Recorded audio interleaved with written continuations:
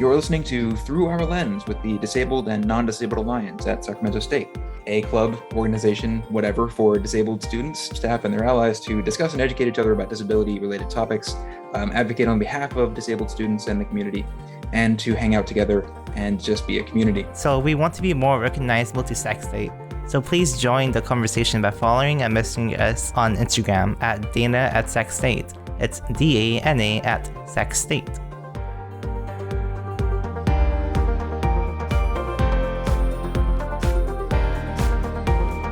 Hi everyone, my name is Willian. I'm here with William and Brian. So this week I will be a host on the topic of accessible technology. We will talk about the importance of today's technology that plays a great role in our lives, such as entertainment, education, and employment, especially people with disabilities. How the new technology transform the way we socialize and even in the workforce. And the technology also benefits everybody. Of course, this topic can be to other related topics as we discussed. Yeah, thank you. And we'll be going through like basically an unscripted conversation about like accessible tech and adaptive tech and the difference thereof and stuff. And I do want to say right at the top here that the two people in the Zoom room with me have significantly more and better like practical real world knowledge of assistive and adaptive technology, not just as wheelchair users and as users of that assistive stuff, but as people who are just more tech savvy in general. I'll be trying to make like theoretical connections as well as that, but I want to like make it clear right off the bat that I barely know what I'm talking about as a user of like visual corrective stuff. So there you go. Yeah. Do we have any specific like starting points that we want to go into how we understand or how we use accessible and adaptive technology? So I think we should talk about like the first thing about what is accessible technology, so that everybody can understand better. So I think those the accessible technology is like the technological thing that can be used so successful easily with people with the wide range of ability, like the ability that can fit each person. For example, like a wheelchair for physical disability, or a, I don't know, let's say like a voice control for the blind and voiceover also. Yeah, I guess like other examples would be like I guess the voice thing. Like when you're crossing the street, like sometimes when it's like a wealthy like community, they'll say it's time to go, or like it's time to stop. Like stop or wait. It just depends on like where it is, because in downtown they would have it, but in like I guess like suburban communities they won't have it. And there's actually like movie theaters, like because I know when you're, I guess when you're deaf, like they provide like subtitles like on a separate like thing. Yeah, I thought that was it's just a little device you can hold it on it there. You can see like the word is running from left to right. I mean from right to left. What's kind of interesting about those examples is that they're cases of like systems that are designed in such a way as to be more universal rather than like specifically tailored to a particular sort of class of disability or whatever. And you might think I'm wrong about that, but like if we see like the movie theater and the projector and whatever as the technological system, it seems like a totally ancillary thing to have a separate device for like subtitle depictions. But if we see the movie theater, like the entire building as a piece of technology, if we take that broader view, then we can see like the system is, or in such cases as these things are more available, more universally designed or closer to the ideal of universal design, which is just the idea that basically that any technology, architectural or otherwise, should be roughly equally accessible or equally accessible in such a way that no matter what your body gets built like, you fall in using that technology within the normal like margin of difficulty, or like with, you know, you can use it like everyone else. And that's the idea, right, behind like assistive or like accessible technology. But like what's also interesting is that we can draw a distinction between like assistive and accessible and adaptive technology, but they're kind of in practice have to be integrated with one another. You have I assume very small. I've never actually seen one of these things. I assume like small device that depicts or displays subtitles. That is itself an assistive or adaptive piece of technology, but that falls within a broader system that can be viewed as accessible technology. So that's kind of fun. It's just to say that like these are hard categorical distinctions or whatever. You can. I guess engineers are principally creative, and so that's kind of how we should think about it as well. That there's that creative process embedded. I think going back to movie theaters, like it should be like universally designed. So do you think that, I guess, like those small machines should be accessible for everyone, like somewhere like outside the theater, so they don't have to ask for it, or do you think that they should probably like ask for it? I don't know. If I were like the company designing and running a movie theater, then I would probably have it be the case that you have to like ask for it because, and it's a problem, but because you only want to buy so many of these little subtitle displaying devices, you only want to maintain them at such a high quantity. Because as a private business in a capitalist system, your objective is to maximize profit. It is not to make the system accessible to people. So except to the extent that it maximizes profit, you won't and you shouldn't make it accessible to people. If you're the business owner and if you accept that ideological conceit, which you do because you are a successful business owner.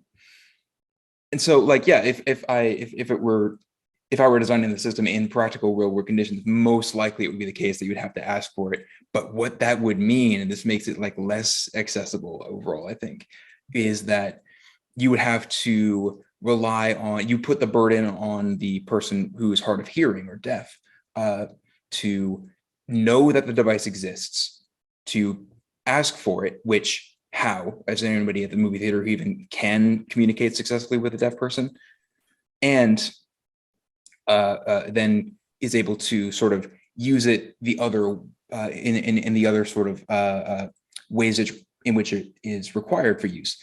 So sorry. The third consideration is that the deaf user has to also have like autonomously functioning hands, etc. These kinds of things that aren't a given if you aren't a given in general, but that are necessary in order for that device to be useful. That's kind of the thing as well. Like a lot of adaptive technology that fits within larger technological systems attempting to be more accessible relies on you having either just the one like disabling feature to your status in the society, or such disabling features as don't like make that adaptive tech inaccessible because it relies on you having being able-bodied in other ways. Like for example, I have to, if I have to adjust something for my eyes, I generally have to kind of understand the computer software with which I'm working in order to, and that would be more difficult if I had some kind of like cognitive impairment as well as the visual impairment. That we wind up designing these adaptive technologies in that way. I don't know a way around it very cleanly. It's kind of part of that concept where you can nest technologies within one another such that they become more accessible when viewed as an entire system as opposed to when viewed as a specific device. So that you could have, I don't know, for example, some kind of adjustable stand or something for the subtitle displaying machine that affixes to the seat. But you still would need some way for the a deaf user to like ask for it, for example. And it's not 100% clear how that would work in real world conditions. Otherwise, you have to make them available just to everybody carte blanche, and that means you have to invest a lot more in the technology itself, which is another stumbling block that I imagine engineers and business owners and stuff fall into all the time. Well, I think for the movie theater, it's so funny to me how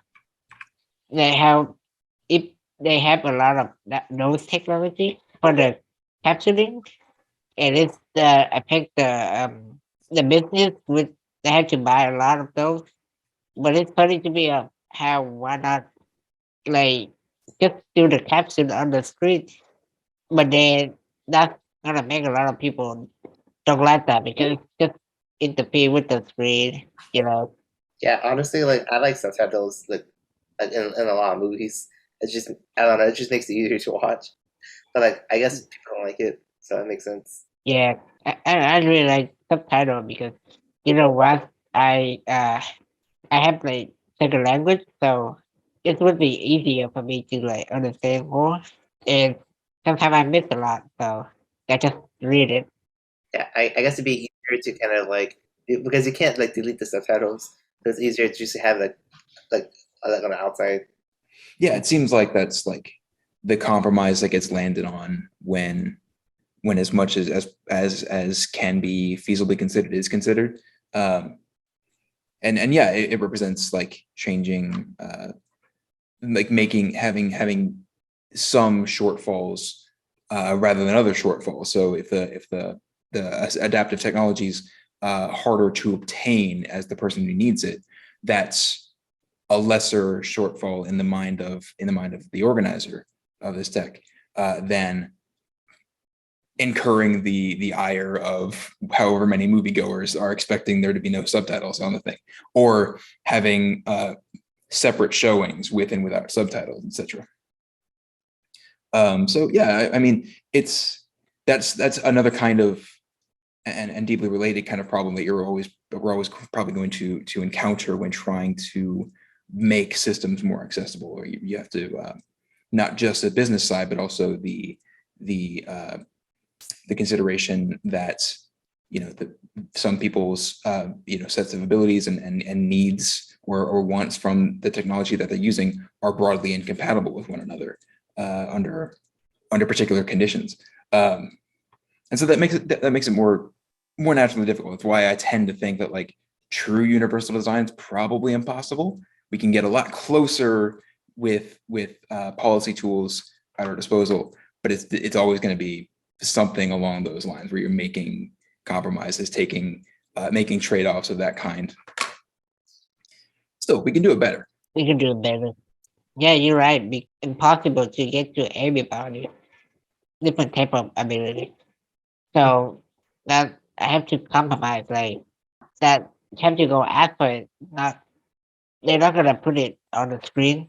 For a lot of people that go to see movie, the able person is more than what we are and the disabled people.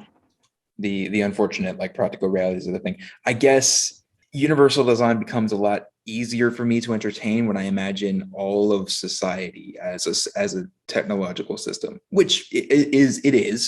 It's not always helpful to think in those terms just because you can't control an entire society at once, but it could be the case that in amongst all the compromises that we have to make in sub-specific cases, those specific cases could add up to a society where like everyone gets what they need out of it in order to succeed or achieve well-being, whatever that means to themselves, and find that the whole of society changes that way. Just because many systems sort of interlock and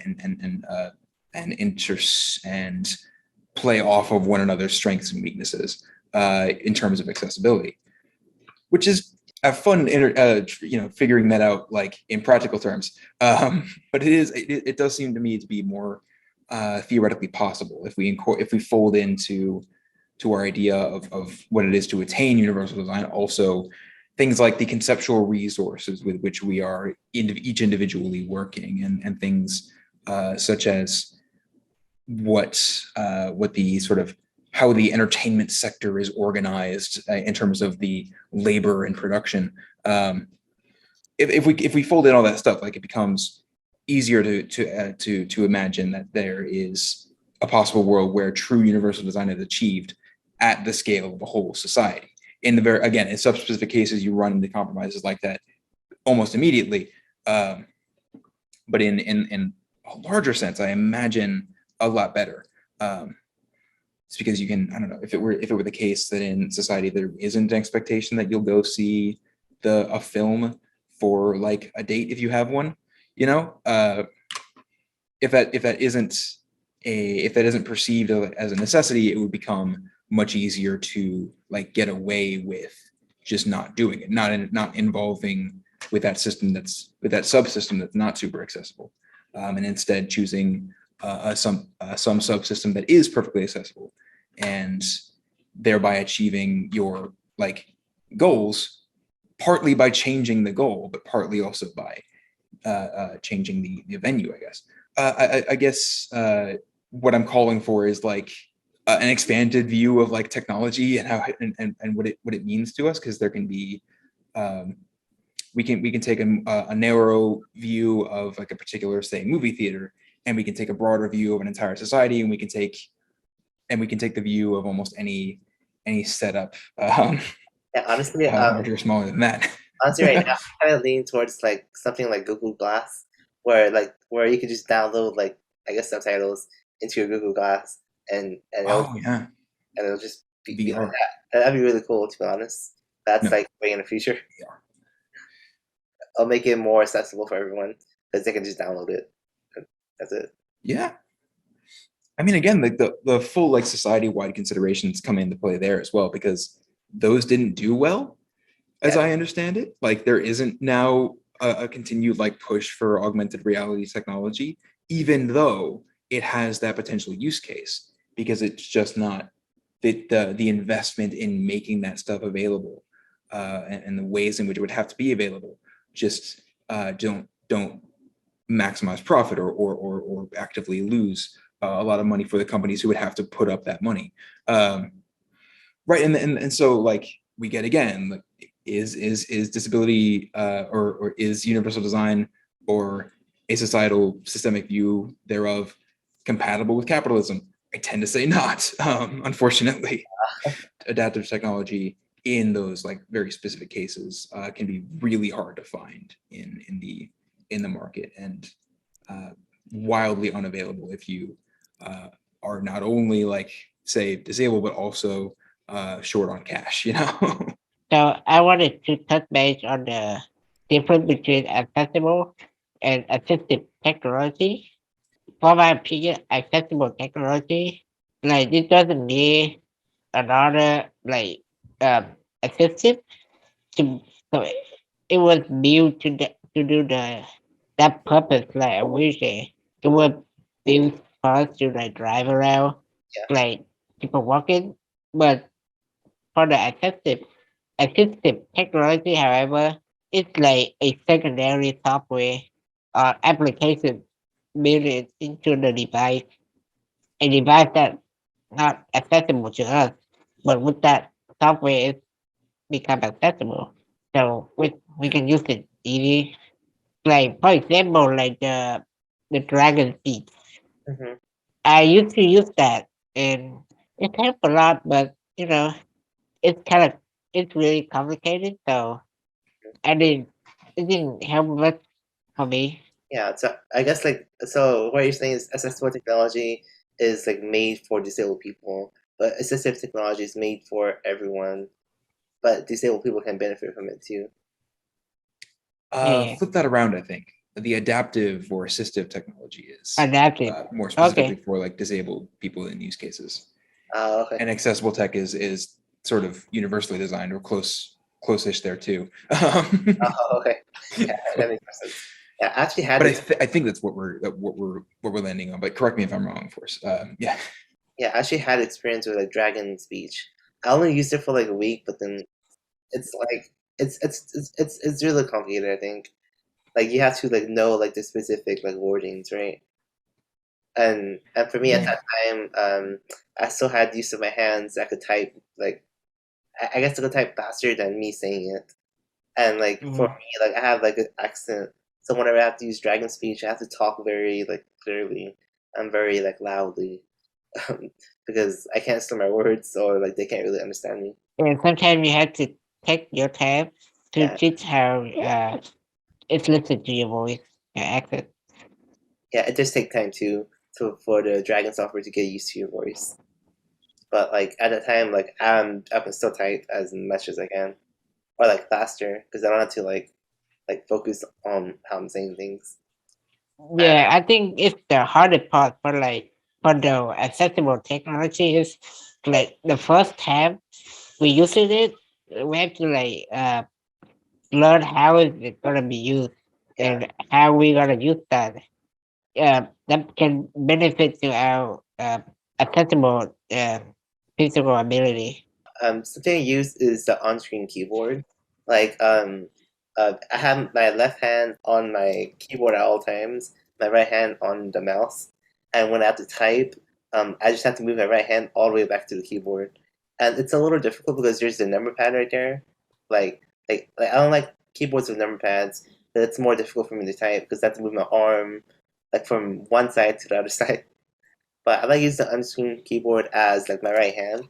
So I type with my left hand, and for like letters like P, K, L, I use like the on-screen keyboard because that's sometimes easier. But I only use that whenever like there's a number pad next to the actual like keyboard or like on the keyboard. Okay. Yeah, like that's why I like using like keyboards with no number pad or small keyboards, so I don't have to like move my arm. Yeah, I use like the whole thing on the screen.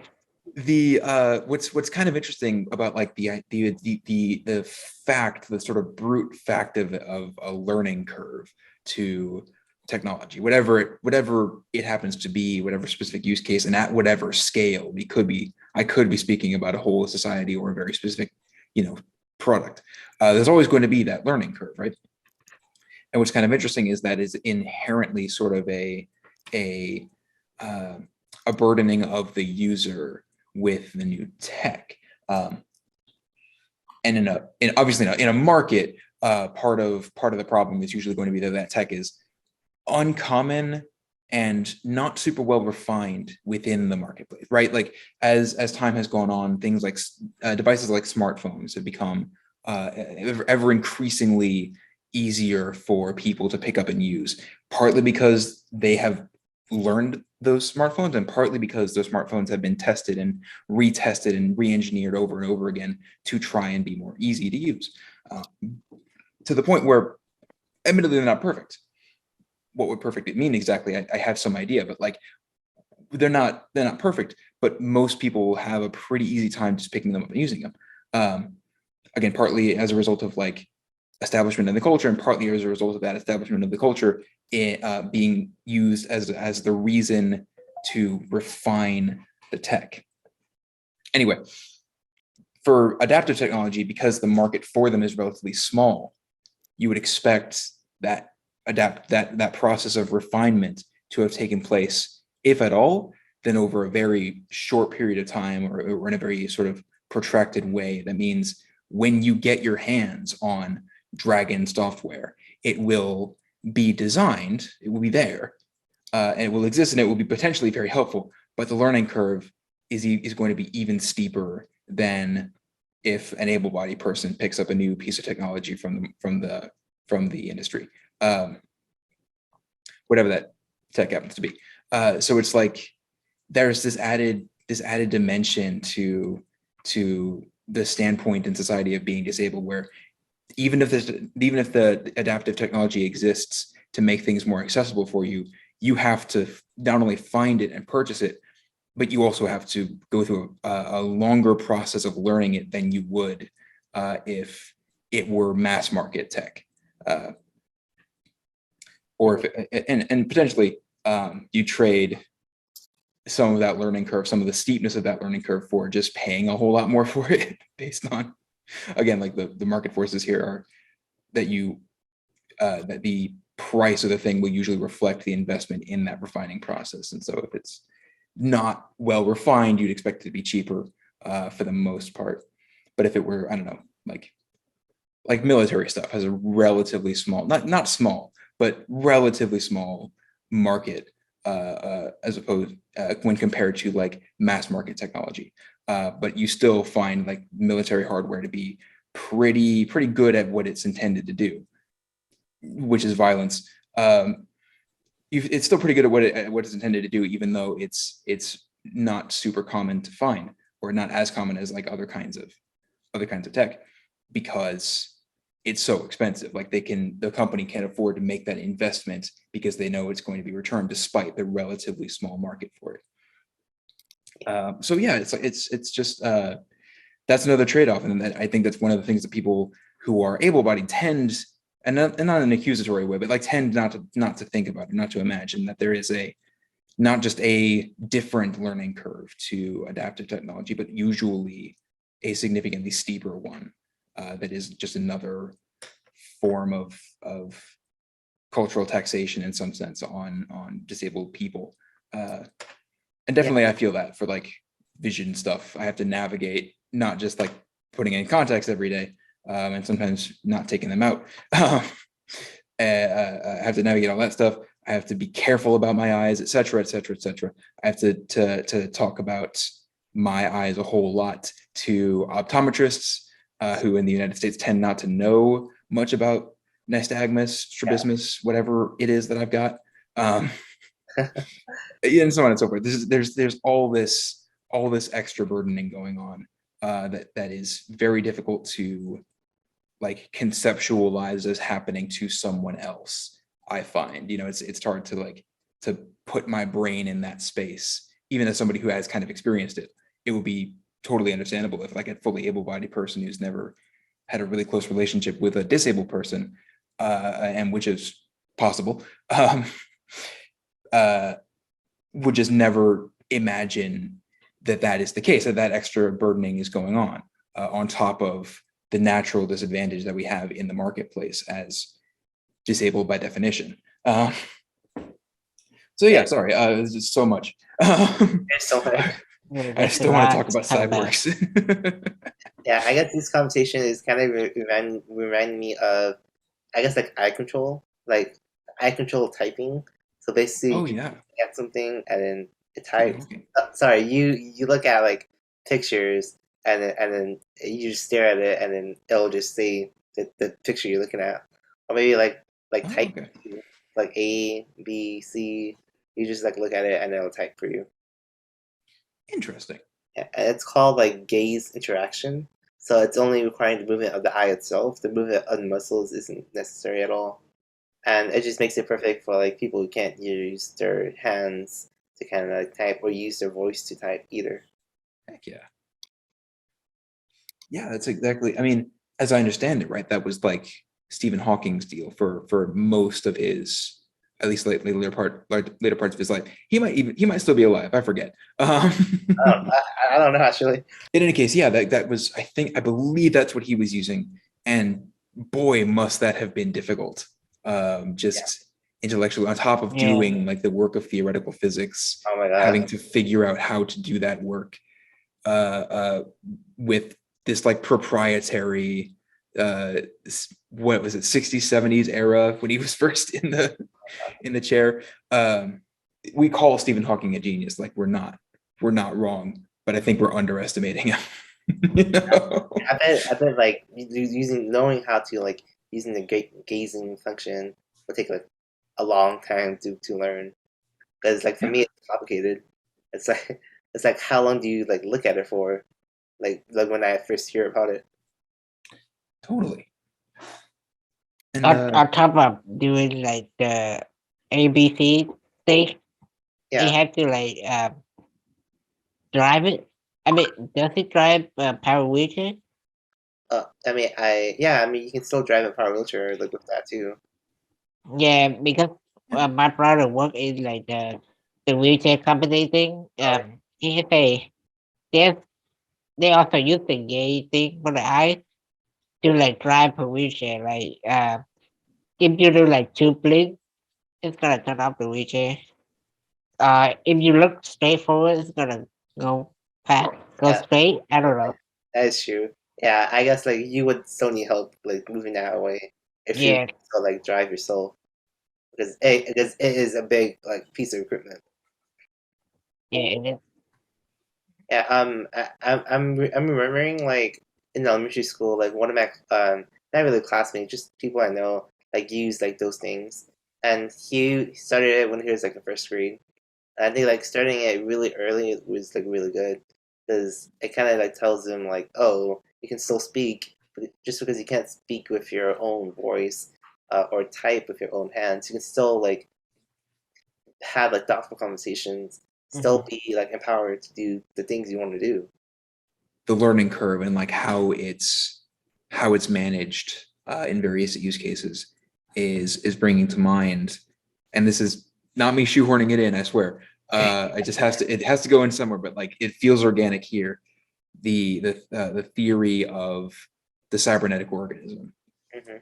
which is basically, and I say very basically, um, essentially that the cybernetic organism is this idea of an organic thing, of an animal of some kind, which also incorporates into what is in effect its body, a sort of technological or exogenous piece of tech. One example of that would be like a human being wearing clothing. We incorporate into what we think about ourselves and how we go about interacting with the whole world with clothing in the mix. And at least the overwhelming majority of us do. And most people wind up as cybernetic organisms, not just by virtue of having that technology integrated into their daily lives and into what is in effect their bodies, but also by forgetting that it's there in some ways, by forgetting that it is exogenous, not like fully consciously forgetting that it exists, but there in the sense that while you are using your shirt, there is little to no experience of using a shirt. You understand that it's there, but it isn't incorporated, or it isn't internalized for you as an exogenous piece of technology. It is your shirt. Likewise, I'm like currently also wearing like a watch, which is a tool for a different set of tasks. But I often forget that this watch is on my wrist. If I were to put it on the other wrist, I would be very acutely aware of it, not just because it would get in the way of stuff that I ordinarily do with my other hand, which like writing by hand and stuff requires like my wrist to be resting on the paper, etc. The thing that allows me to forget is a sort of internal process of adapting to sensory inputs. Most people are familiar with this mostly by how you sort of like forget your wallets in your pocket until you switch it to a different pocket. Same thing. But in effect, or like in a phenomenological sense, I have integrated the watch with my body. This is also reported to me as a way that people come to understand that they're wheelchairs and other sort of assistive technologies. And what's interesting about that, I guess, is just that this process is of incorporating adaptive technology into what becomes your body in effect, or in concept. In the same way as you could lose a finger, you could lose a wheelchair, right? It would have an impact of that nature. What's interesting about that process is it can be made by the market forces that we've and the necessity of it that we've talked about significantly more difficult for disabled people. So the integration of like the assistive technology of, say, what was it, sort of like the gaze interface? I guess I could send you the link where I just Okay, sure. Yeah, it is in the chat. But like that interaction, that technology has to be, or it really helps if it's introduced very early in life. And we think of that like, sure, obviously kids have an easier time picking up new stuff. But the reason for that is that they are, and there's an internal reason for that as well, where we think about like neuroplasticity and whatnot. And for the same reason as we pick up the technology of language very early in life, very rapidly, at least most folks do. And hopefully, and this is a whole other issue for like folks who can't use like verbal speech or can't hear, etc., incorporating language differently. But again, that would just be another kind of use case for adaptive or accessible technology, making language and how we teach it more accessible. Anyway.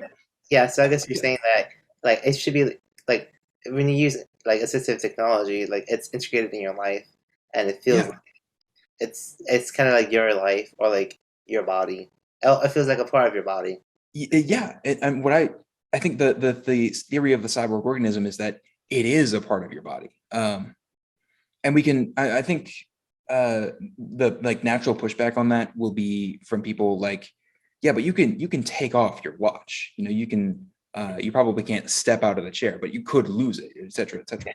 But in the same way, like you shed and change parts of your organic body all the time. You're doing it right now. Cells are dying and being replaced. And people get injured, they get well, they eat food, they do the other thing.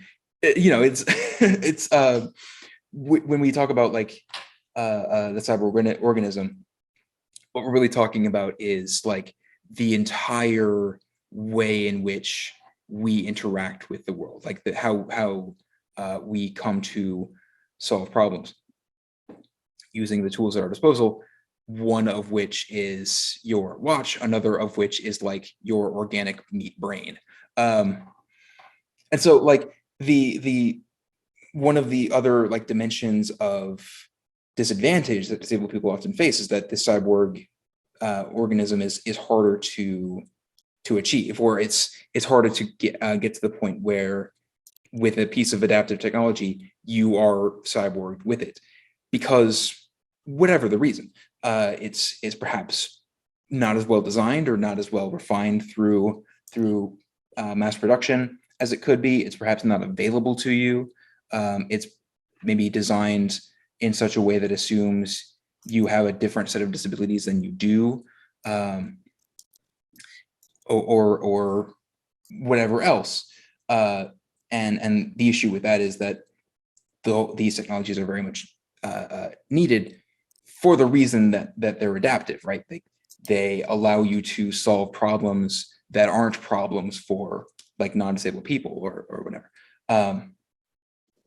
And in cases where they are impossible to like integrate into the cyborg organism in the same way as like my watch is, what that translates to is that the technology has become less a means of solving problems and less a part of you, and more a problem in itself that you have to confront, not unlike a bodily injury or an illness or something along those lines, where your body becomes not a thing you fail to experience just because it's so easy to use, but it becomes a thing you actively experience as a trouble, as a thing you need to confront and overcome. And that's just another way of saying like adaptive technology can be poorly integrated or poorly designed in such a way that it is a further like hindrance to disabled people's participation in daily life or access to well-being, etc. And that's the thing that we're aiming. I want to try to give that theoretical framework to it, to have us have a more refined picture of like what it is that we're aiming for with assistive, adaptive, and a technology, and what it means to have accessible technology, that cyborg integration, as well as the ability of the technology so integrated to solve problems in ordinary life, and maybe even an extraordinary life. I don't know. I don't know what that would be like, living extraordinarily. Anyway, yeah, I realized I that went on for a long time. So the last thing I wanted to talk about is the accessible technology in your employment. And I know that Brian have worked in Caltrain and how his technology, how those technology can help him do the thing he does. Yeah, honestly, like the only thing I use is just the on-screen keyboard. That's like basically what I use if like I need to use it. But other than that, I work remotely, so I can just work Mhm. at home, which just makes it easier. Yeah. Yes. Something So that I want to talk about is like the schools. It's kind of related to write essays or like do assignments in school, like those accessible technology. Some people may say, "Oh, you can't handwrite, so that means you can't do assignments, right? That means you can't do essays, right?" And that's similar to like work. It's like, "Oh, you can't really handwrite or you can't really type as fast." Uh, isn't should you even do work at all since you can't do it that fast anyways? And I think it's like you should. People take things slow too. Like that's one of the things we should understand by accessible technology is not just the mechanical devices made available to people, but also the organization of the work that you're doing with those devices. And so, if you weren't able or weren't allowed to work remotely, for example, like that would make the job less or perhaps totally inaccessible. Whereas being able to work remotely can be understood as an assistive piece of technology, or perhaps the design of the workplace more generally is such that that like people can work remotely, and that's cleanly integrated into the normal experience, as opposed to being an adaptive addition to it. Whatever the case, it's that like workplace organization is part of the picture of accessible technology, it seems, or at least we should come to think of it that way, even if it doesn't fit as cleanly as I would like it to in this sort of cyborg picture, because that's totally part of the process, right? How what you're demanded to do, what you're expected to do, and for that matter, what you want to do, how you conceptualize well-being more generally, is all very much part of, I don't know, what it means to have access. yeah, I agree with that because if I was able to use that device, I feel more free, like there's more freedom for me to do anything possible. Yeah. Yeah, it does give you more freedom to do whatever you want. But like a power chair, it gives you your freedom to go wherever you want and like wherever you want, or like whatever you want to do. Like it empowers you to just do whatever you want.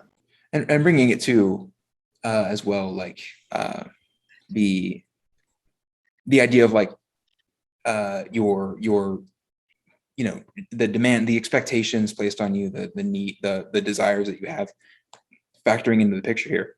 One thing that jumps out to me right away is like, yeah, a power chair can get you almost anywhere you'd like to be, but not like literally anywhere. Yeah, that's not One understand. thing. I mean, you can still you can just make a better power wheelchair that you can just like climb up a mountain. You can, yeah, I was thinking that, Yeah, like, yeah. I was thinking along the same lines. I'm thinking like quadrupedal. Yeah. I'm thinking Or maybe a power wheelchair that you can wear a fly. sneaker. Or maybe a power wheelchair that can fly. Like that'd be way better than like climbing. Oh, yeah, totally. That'd be so cool. And make a quantum hovering power wheelchair. Yeah, like And then I'll something cool the like this. ground Like everywhere to negative something right? Kelvin. Like I think the prototype power wheelchair have like the wheel, the tank wheel, Mm-hmm. so they just go anywhere like on the stand. Oh And yeah, it looks really cool. that's really cool. Something else I saw was a power wheelchair that can walk on steps, Heck yes. which makes Mm. it much more accessible because you don't have to like find a ramp, or there's no ramp, or there's no ramp. So Yeah, Yeah, you there you have to go. like where's the ramp? So that's the connection that I think is really useful to make. It's like, oops, an important part of the picture there is like not just the device itself, but like what you want to what you want to accomplish in general and how like the rest of society is organized. Because I think we can still suppose that like most users wheelchairs will not make it possible for them to climb stairs. So that's still part of the picture. Part of the lack of access is the presence of stairs. But like, yeah, no, it's I don't want to leave anyone with the impression that like, it's useless to try with like accessible technology. It's not. You can get a lot better at it. We just have to fold in considerations from outside the sort of our immediate surroundings to consider what we want to accomplish, what we think well-being is, and how to get it, and how other sort of the rest of society has designed itself in order to scaffold the process of trying to achieve well-being, and so on and so forth. It's like you can pursuing the question of technology can lead you, and has led me swiftly on to considering just all of politics, the entire human experiment. So yeah, it's like it's difficult, but like I guess that's the call that we have to that we're making is it's try it anyway. It's difficult, but worth everything. Yeah, it's worthwhile. So a podcast is almost end. Anybody have the last word? Basically, accessible technology and assistive technology is really helpful for all people, no matter their disability or if they're not disabled at all. That's it. It's really helpful, and we should push towards more assistive technology. Yeah, I agree. Accessible technology is really beneficial for us and for everybody. I think it's really nice to have those so that we can live better.